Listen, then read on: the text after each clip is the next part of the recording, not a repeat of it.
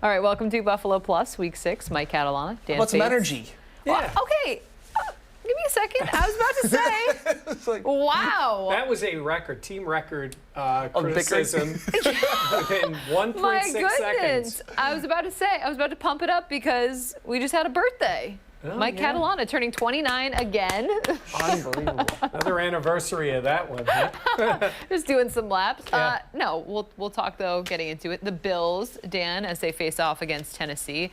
We'll also talk more about Derrick Henry, what the Bills can expect to see in Tennessee in that Nashville game. Our predictions, our picks, but most importantly, the comments. We would love to hear from you.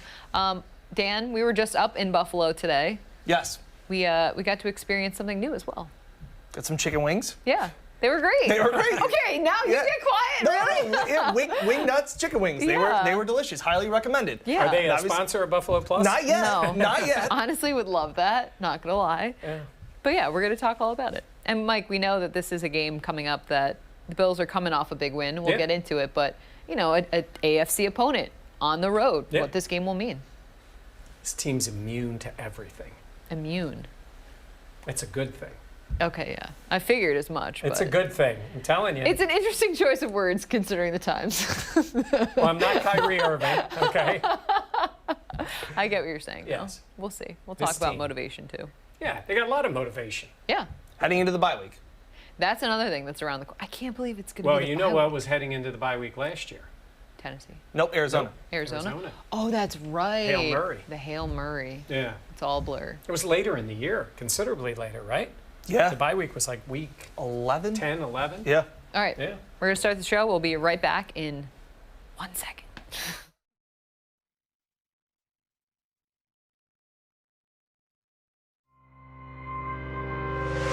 Buffalo Plus, your interactive look at the week in football, brought to you by Connors and Ferris.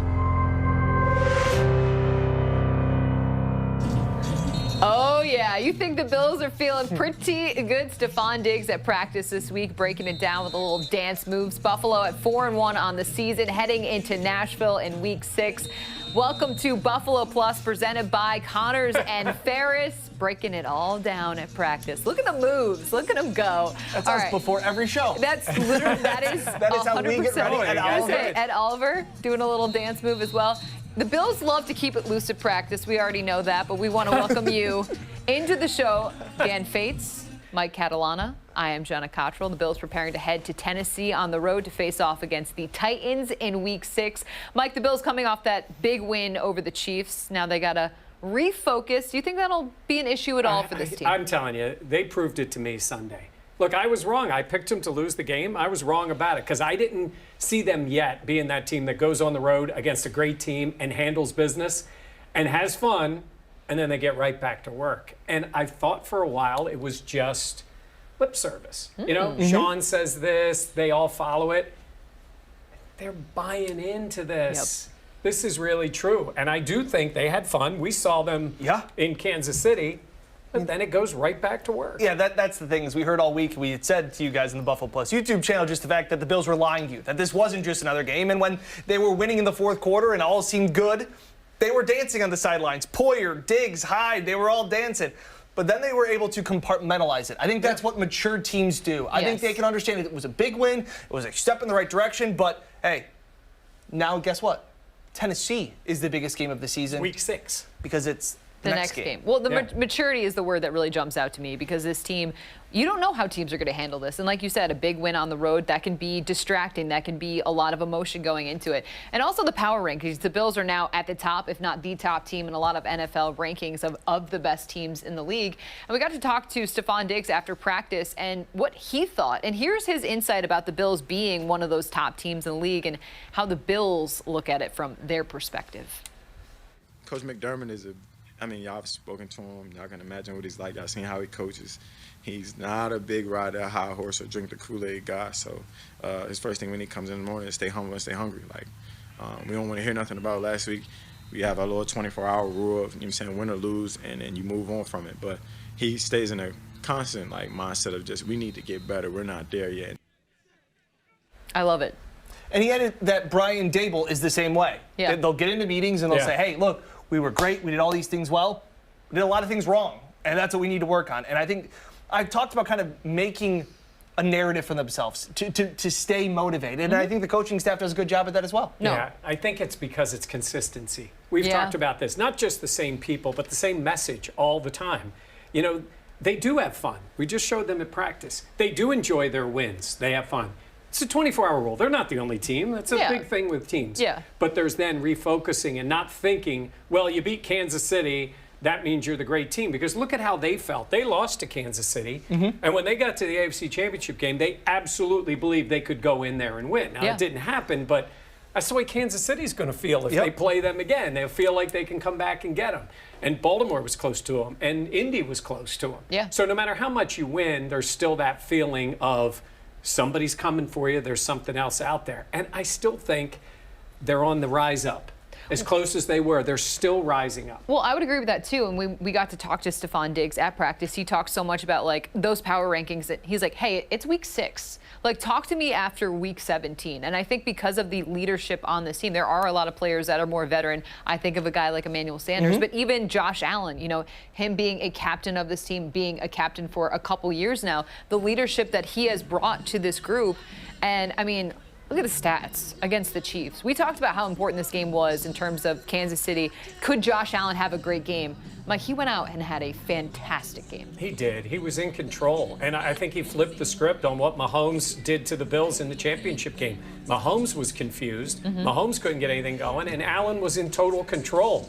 And Dan, what I thought was interesting is the way that game started and what seemed to help him. Great segue, Mike, because you had talked about it on this show about the fact of how can Josh get settled down? How can he get in a rhythm? And you had said that maybe it's designed runs. And I said, well, runs? And you're like, no, Josh Allen running the ball, because maybe sometimes him getting hit settles him down. I asked him about that on Thursday.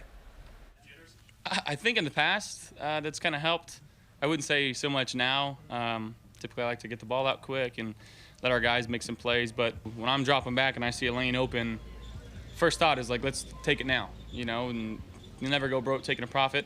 But again, I get paid to get it to the other guys that get paid to make people missing in the end zone. So that's what I try to do. You will never go broke taking a profit. I love that. I've never heard that before. I love that. It's scared money don't make money. Well, you got to make a profit first. Yeah, we'll see how that goes. Let me know. We'll get there. Yeah. It's a week-to-week mentality at this point. But no, I mean, you bring up a good point in terms of what Allen had to say, and I think that it has been true of him kind of needing in the past a little bit of him to get out of his own head, getting those hits, getting that stuff. And then you see him become the playmaker that we know. And we saw that especially, Mike, with the hurdle. Okay, so he talks about getting hit. Well, there's one way to get around that. Just jump over top of the defender. This has to be so embarrassing for the guy on defense. There's shots of Allen going over the top, the hurdle for the first down for the Bills. So after the game, we asked Josh and we asked his teammates who became Josh Allen fans during the game. You know, how the game was going, I just felt like, you know, we needed something to get a first down there. And again, I'm willing to do whatever it takes to help our team win a football game. And in my mind, that was at the top of the list. Him jumping over defender, I mean, he was just on a whole nother level tonight. And a few times, he my teammate, and we joke a lot, but I became a fan for a little bit. I was like, snap out of it, snap out of it. You got to go win a game. I mean, I seen it in slow motion. That's just Josh and just doing and what Josh does. And honestly, like watching him, because he was on my left, and I was like, well, what is he about to do? And he just hurdled. I'm like, well, that's just Josh. So as long as he just got up and came back to the huddle, I'm all good. I'll take it. Yeah, I'll take that first down. He can jump over me if he wants for that first down. And there it is. A Video smiling Sean of McDermott. smiling jokester Sean McDermott. Oh my goodness. I thought Deion's bite was probably the best out of all. He's like, I thought it was like, uh-oh, like, and that was it. And I still think while we have seen Josh progress into this elite passing quarterback, which you need in the NFL to be able to throw the ball, I still think deep down he likes to run the ball. Yeah. I still think he is most comfortable taking off, creating backyard plays, but he now knows how to play within the context of the system. Yeah. I think that's where he's grown. You can't live 24/7 on backyard football plays and going off script. He's learned how to go in the script. But like you said, to get him in space, ball in his hand moving, I think that is where he feels most comfortable and where he settles down the quickest. He's one of the top athletes at the position in the league, right? I mean, you're talking about Lamar and him and Mahomes. Yeah. Different type of athlete in that way. But you're talking about the best athletes, and those guys are the best athletes. Yeah, Tyreek Hill. Yes, I'm talking about the quarterback position. Oh, quarterback. Yeah. Sorry. Yeah, but I mean his combination of strength and size, and he can run. Yeah, I mean, he can run. Absolutely. And he's learned how to protect himself. Yeah, that's the biggest thing coming out of that. Honestly, since that New England game when he took that big hit, he's really avoided huge hits on the run. I mean, he's taken some shots, but of the big hits, because that one was pretty bad. That one knocked him out of that game, and that was a couple of years ago. Yeah, no, it's very true. I feel like now you see the Josh doing the slide a little bit more where you're like, okay, Bills fans can kind of take a breather. All right, we're going to take a breather. Coming up after the break, we're going to talk about the other side. We had the Chiefs offense, high-flying offense. Now it's the run game that the Titans have, and Derrick Henry, the beast that he is, and what he adds to this Tennessee offense and how the Bills have to defend against the stiff arm. We'll have that coming up. All right, thanks everybody for being with us. Yeah. I got great comments. Okay, we got great let's hear comments them. out here. Bullseyes, who's a guy that follows the channel user-friendly here, says, I want a Bills jersey with all cliches on it. Oh, which that I think would is be so great. good. Bullseye's also giving us segment ideas, which we really appreciate. Says, what about cliche of the week? Make it happen, Dave. Well, there's competition. Actually, I feel like every week, though, there's one that emerges. Well, Jenna, this week would be week to week. It's a week-to-week It's league. a week-to-week league. Yeah. I don't know if you knew week that. it was. It's a week-to-week league? Yeah, and we're all day to day. We're all day to day. Well, Sean McDermott said it's week to week, and I said it's day to day because let's be real. You know, it is day to day. This is where I just try to stay humble and hungry. That's it. Jen is always hungry. You know the Browns have that jersey that goes on forever with all the quarterbacks? Yes. That would just be we'd start with the process, Bills. and then you would just go down from there. Oh yeah, the process. I'm trying to think. Process, I can't say. Humble and hungry. Can't even say humble. She can't even say it. I just skipped right to hungry. Usually that's me. No, I'm trying to think playoff caliber, championship caliber. One game at a time. Classic. Find a way. Yeah. Find a way. That is still, for people that were wondering, up on the Bills practice facility. All right, we're going to take a quick break. We'll be right back with the show. All right, welcome back to Buffalo Plus, presented by Connors and Ferris. The Bills getting ready to face off against the Titans and the challenge that is Derrick Henry and this Titans rushing offense. Sean McDermott trying to get his guys ready. Brian Dable ready for heading to Nashville. Mike, I want your take as the Bills prepare for a guy like Derrick Henry because of the size factor and who he is. Like the Bills coming off that Chiefs game, it was a high-flying Chiefs offense in terms of the passing. And now it's running the ball. It's like a 1970s offense. There's nobody like this guy. Yeah. He's got a little old school. You'd say he's a little bit like Earl Campbell, just big and strong and can run through people, but he's got speed. He's 6'3", and I don't think our friend Josh Norman's going to be watching the game Monday night because they're going to show this about 20 times. The old stiff arm that just sent Josh flying. You remember that from the game. I mean, this guy's a spectacular back. I had a chance to talk to a Nashville television radio reporter who used to work in Buffalo, John Burton, and I asked him, what makes this guy so special? And he's already, right now, Mike, ahead of Eric Dickerson's pace for the all-time single-season rushing record. He would be the first man ever to have back-to-back 2,000-yard rushing season. Look at his production. I think he has the most rushing yards in a 40-game stretch than anybody in NFL history. Wow. And, I mean, the guys that he's ahead of now are all in the Hall of Fame. Yeah. And we have to start considering this guy as one of the greatest running backs of all time. He's putting up those numbers. Dan gets a little anxious when he sees an NFL team that bases their offense around the run game. Like 1973. Well, the teams ran the ball in Earl the 80s. Campbell had the rec specs, right? No, the specs was Dickerson. Oh, okay. Eric Dickerson. Earl Campbell was just bigger and stronger than everybody, and they could never bring him down. Yeah. But this guy, I mean, he's 6'3". Adrian Peterson size, right? Adrian Peterson's about 6'3", too. For context, like, it was just a 5-yard run. It didn't even count, by the It way. was called back. Yes, Yeah. correct. So Josh Norman was insulted for nothing. The play meant nothing. But the Bills really held him in check in that game. Like, Yeah. I think he had less than 50 yards in that game. Didn't matter. The Bills turned the ball over 3 times, and that was the big problem. But it's such a different strategy. And then you talk about, we talk about cliches and how it's a week-to-week league. Last week, the Bills were preparing for a completely high-flying Patrick Mahomes speed offense, and now this week it is ground and pound, and they want to play slow. They do, but it does impact their pass game. And I think it helps them because you do have to respect this run game, and he can take it to the house. I mean, he's that back, too. Yeah. And for look, sure. I don't know what to make of Tannehill. I think Ryan Tannehill is a good football player, and he's a good quarterback. He has moments where he plays really well, and he had that one stretch, and he certainly played better in Tennessee than he did in Miami. Yeah. And, they went out and got Julio Jones, who practiced fully on Thursday. We'll see if he plays on Monday.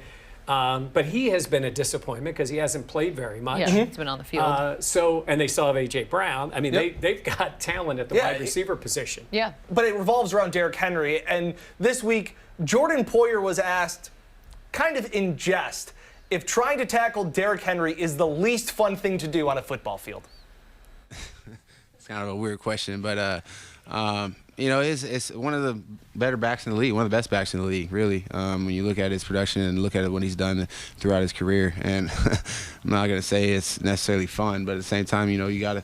It's a mindset at the end of the day, and I think our defense is ready for the task, and we're gonna have to have 11 guys running to the football and understanding he is a very good back, and we got to get population to the football. Yeah, Jordan Poyer doesn't have to tackle many linebackers in his time on the football field. Essentially, he's got one. He also, he had a pretty big shot on Travis Kelce Mm-hmm. at the end of that game. He's not afraid of contact. But in this case, legitimately, when somebody's that big and that strong, it is a different kind of tackling for them. If you go up high, you're getting thrown back. Oh, absolutely. Well, it was interesting. We talked to Taron Johnson after practice this week, and he talked about seeing the stiff arm on his Twitter feed, and he just scrolls by. He's like, I'm just not going to watch that. And I feel like a lot of Bills players preparing for Derrick Henry know it's a different mindset, bringing down a guy that is that big and what he brings to that Titans offense. And so we just showed the hurdle, and then we showed the stiff arm. Yeah. More embarrassing. The stiff arm, without question. Oh, yeah, right? 100%. Without question. Yeah. 100%. Yeah, no, we're all. And the problem is that Derrick Henry can also hurdle people too. Yeah. And he can run away from corners. The only person I've ever seen fly in the air like Josh Norman did was Jenna on the sidelines with Mike Evans. Oh my gosh. I really do That was think. great. I did not see that one coming. But I was thinking, Yeah, neither did I, Dan. flying in the air. Yes. That's the If only- you want to go check out a Yeah. funny YouTube video, Yeah. I would not recommend that one. But yeah, Oh, yeah, come on, no, it was pretty good. No, it was pretty good. It was a couple years ago. But yeah, all right. Well, we talk about Derrick Henry and the challenge that he is. With a guy like Matt Milano, he did not play against the Chiefs. He was back to practice this week. Dan, what could he be for this Bills defense? And do you think he will be out there? I mean, he can be everything. I mean, he has shown in the first 4 games that he's played that he's probably been the Bills' best player on defense. Now, A.J. Klein, Jenna, we talked about it after practice on Thursday when we did our blog. I thought A.J. Klein filled in nicely. I thought Tremaine Edmonds stepped up. There's always been that question of how good is Tremaine and without Milano. Yeah. I thought he played phenomenal in Kansas City. Yeah. I saw A.J. Klein even cover Travis Kelce a little bit, made some good tackles. I'm not super nervous about needing him to fill in there. Yeah. I think that the Bills defense could be okay, especially with the bye week coming up, Mike. I may err on the side of caution again and maybe have Milano sit out possibly again. Well, Milano dealing with a hamstring injury, that's something that he's dealt with in the past. The Bills do have the bye week because that kind of makes it an interesting timeline of, do you want him to play or do you want him to sit to get that even extra week of rest? It's interesting with this team. I mean, at the end of the season, week 17, they make some decisions. But I think they're pretty consistent. I think they would look at it and say, if Milano is ready, he's going to play. And I think you're right. I think actually disagree with that. If he's ready, he's going to play. Now, if they don't deem him ready, he won't be on the field. I think the decision-making gets different if, say, this was the playoffs or something like Agreed. that, where maybe a guy's not quite ready, but he's going to go. I think they've been, because there have been times we thought, well, they're just going to sit him out. I mean, Josh had that concussion the 1 week, and he cleared protocol, and he played when everybody thought they were going to take the extra week. Different team, different dynamic. This team knows they're going to the playoffs. They are playing what I feel like is the long game. And McDermott even admitted, Mike, that he kept him out on Sunday night to protect himself. So that Milano wanted to play. Can we say that you believe he's not going to play and I think he's going to play? Yeah. Okay. So can we make a second bet? I was gonna say, I feel a wager. I feel a wager. Coffee bets. Two coffee bets. Yeah. Don't go crazy. All right. Well, let's check in with the other injury report presented by UR Medicine Sports Medicine. All right. Look, it's week 6. Not. Hold on. I'm gonna. I was gonna say, knock on any form of wooden surface. That's fake wood. We have fake wood in the studio, but I mean, not bad. Look at that. Yeah. Veteran rest. Yeah. I mean, you're talking about Ryan Bates, Feliciano, full practice. Yeah. This was on Thursday, and Tyron Jones for special teams, and Milano limited. That's pretty good. That is pretty good where we are in the season so far. Yeah, I would definitely say that, Yeah. especially looking ahead and knowing the Bills have that bye week afterwards. Yep. All right, coming up on the Buffalo Plus live show, it's time for the mic drop about things evolving in the NFL. Mike's take on this week in the league. We'll have that coming up in Buffalo Plus. Any All good right, I got comments? a comment here about defense. Randy White says 75 Steelers, phenomenal, bunch of Hall of Famers, 85 Bears, the scariest defense you'll ever see in your life. Leslie Frazier. Yes, Leslie, yeah. The teams were afraid to play that team defensively. 2000 Ravens. 2000 won the Ravens, Super Bowl with that defense, no doubt about it. The 2000 Ravens went 5 games, consecutive games, without scoring an offensive touchdown, and won 2 of them. Yes. And your guy was the quarterback then. Trent Dilfer. Oh my gosh. Can the Bills win leading with that theirs? high-powered offense? Yeah. It's interesting you say this. The Steelers had Bradshaw. They had great offense. 85 Bears offense was Walter Payton and McMahon. They were okay on offense. 2000 Ravens, you just mentioned. That was incredible. I don't think the Bills are at that level defensively. Yeah. But they're pretty good, and they take the ball away, so that helps. George McKay saying that I'm actually more nervous about Tennessee than Kansas City after last season. They need to play with a chip on their shoulder on Monday. And I agree. I think the loss from last season, where they just played so poorly in Nashville. Yeah. Agreed. That's the taste in their mouth. And like I said, we asked them kind of this week about the revenge tour. You knocked out Kansas City. Nashville kind of seems like the next team. And Stephon Diggs said words that I can't say here, but he said that he's like, we were dominated. They absolutely crushed us. I think that helps them. Jenna, you made that point earlier this week. Yeah, if I'm Sean McDermott, I'm playing that video of the Bills getting their butts kicked and I would have that in every monitor just as a message of like, hey, remember what happened? Remember how you were embarrassed on a Tuesday night? That really was the only time they were embarrassed. I mean, they lost the championship game and it got away from them, but Tennessee embarrassed them. Yeah, and I would use that as motivation. Look at you. Hey. Humble and hungry. Find a way. We'll be right back with the start of the show. Welcome back to Buffalo Plus, presented by Connors and Ferris. It's time for the mic drop segment. And in the NFL this week, John Gruden walking away from the Raiders after some sexist, racist, and homophobic emails were exposed. Raiders, this is a situation that kind of has been evolving, but John Gruden stepping away from the team. And, Mike, this is something that, it kind of surfaced last week and then has kind of evolved as the situation continues. But, John Gruden no longer with Vegas. Yeah, the situation evolved. John Gruden never did. And that's the problem. John Gruden is a talented football coach who won a Super Bowl and has been a success the majority of time he's been in the league. He's old school, right? You'd heard the way he spoke and the way he talked about this guy's a football player, and all that's great. And you can be that guy if that's the guy you are.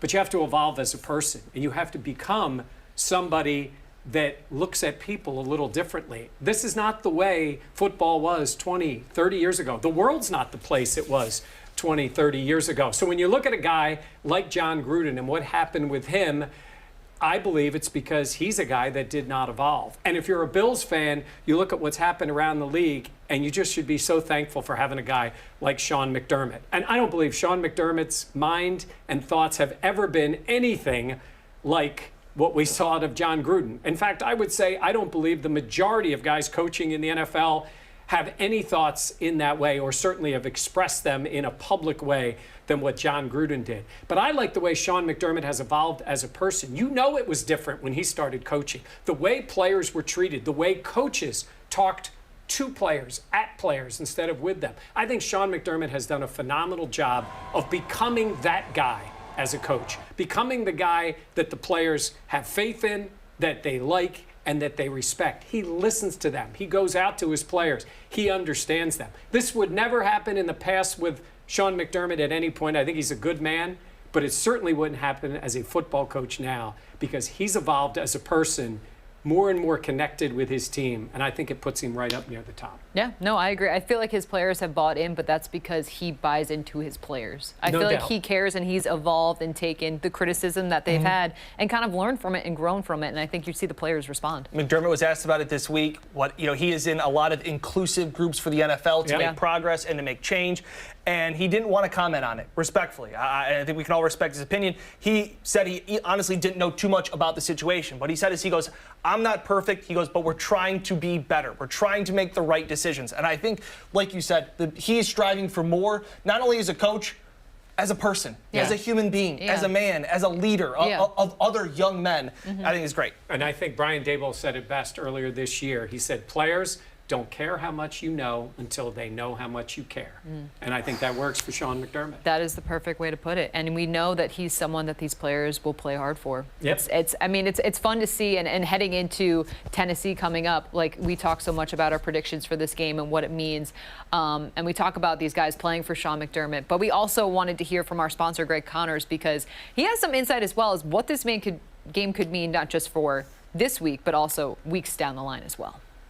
I think this game will really give a good analysis for the Bills. If they ever have to play the Browns this year, this team is a strong prototype to what the Browns team will do. So I think this is great for the Bills in terms of their planning for the future for this season, is how they game plan that. Now the pick, well, I think the Titans are gonna eat up a lot of clock with that run game. So I'm gonna go a little lower than I have in the past couple of weeks. I'm gonna go Bills 24, Titans 13.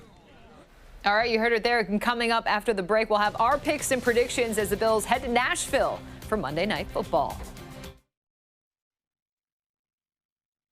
All right. So this will be a little, Oh, by the way, because Dan's got his best bet coming up. Hey, Matt Malin's watching. Oh, that's great. Hi, Matt. Hello. Our old boss. I was going to say. Yeah. A little inside baseball. Let's tell Rusty to not have the picks so far or the Buffalo Plus promo at the end of the show to save on time, so Rusty can hear us. So all the people Rusty's at home, in charge. He knows. They know. Rusty's hitting all the important buttons behind the scenes. Yeah, seriously. Rusty is what makes the Buffalo Plus machine go. That's it. All right.